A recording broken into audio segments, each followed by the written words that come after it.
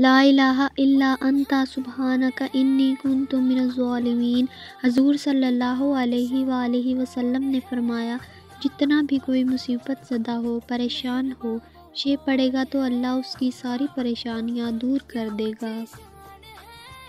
یہ زباں پہ دعاؤں کا آنا بلا وجہ تو نہیں، تم بس یقین سے مانگو، تمہارا اللہ دعاؤں کو قبول کرنے والا ہے۔ اللہ تمہاری برداشت کی طاقت کو نہیں آزماتا، وہ تمہارے ایمان کا امتحان لیتا ہے، اور انہی کا لیتا ہے جن کو اپنا دوست بنانا چاہتا ہے۔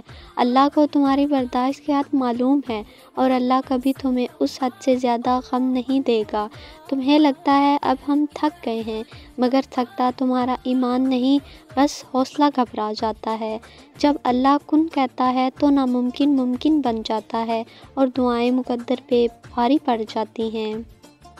اللہ آزماتا ہے اپنے پسندیدہ بندے کو اس چیز سے جو اسے بہت پیاری ہوتی ہے، تاکہ اس چیز کی طلب انسان کو اپنے رب سے ملوا دے اور وہ اسی سے امید رکھے۔